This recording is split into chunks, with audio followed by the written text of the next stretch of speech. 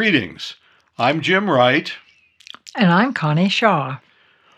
The following gazing story took place in Blue Springs, Missouri, as the attendees sat looking at the coordinator's TV screen while we sat in front of our computer in Colorado Skyping with them. As usual, we had no idea what miracles and healings were about to unfold. The Lakota Sioux Tallwood sisters. A Lakota Sioux woman from South Dakota named Leona Tallwood attended the Blue Springs, Missouri gazing and reported a heartrending story with her sister. Leona, in her 60s, was solidly built with long dark hair. When she approached the TV screen to give her report, she appeared as tall and strong as a warrior. Yet soon she began to release tears and told us her name, and that when she and her sister were 5 and 6 years old, respectively, they had been taken from their parents and sent to a church boarding school.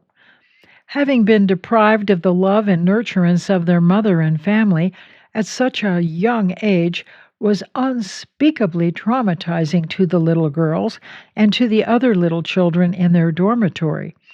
Their hair had been chopped off, their native clothing was burned, and they had felt that they were despised by the white people running the school. Singing, chanting, and praying in their native way was forbidden. They were told they couldn't speak their native language without being punished, and they couldn't go home and would only see their parents once a year. They had been abused in numerous ways and had been accused of being stupid and inferior throughout their 12 years at the school. Each night they had cried themselves to sleep, feeling like prisoners in a strange land and strange, hostile culture.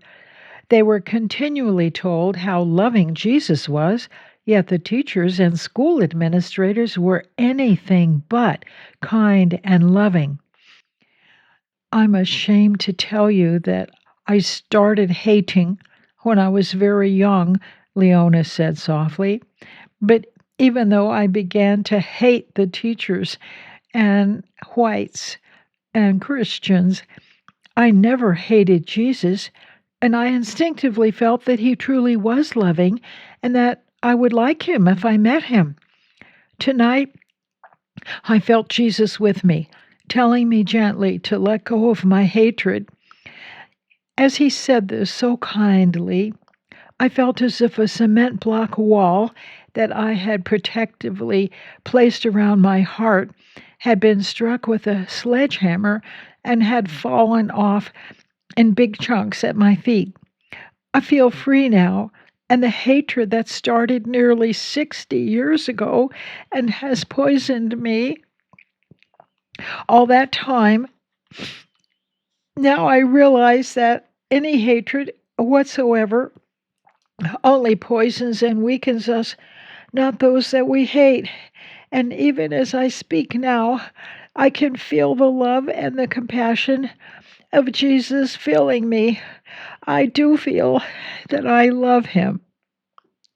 Now, my sister had the same experience at the school in her childhood, too, and soon we're all going to go in a delegation of our Lakota Sioux people to Australia to work with the Aboriginal people there, who also suffered similar scars from their own childhood boarding school experiences.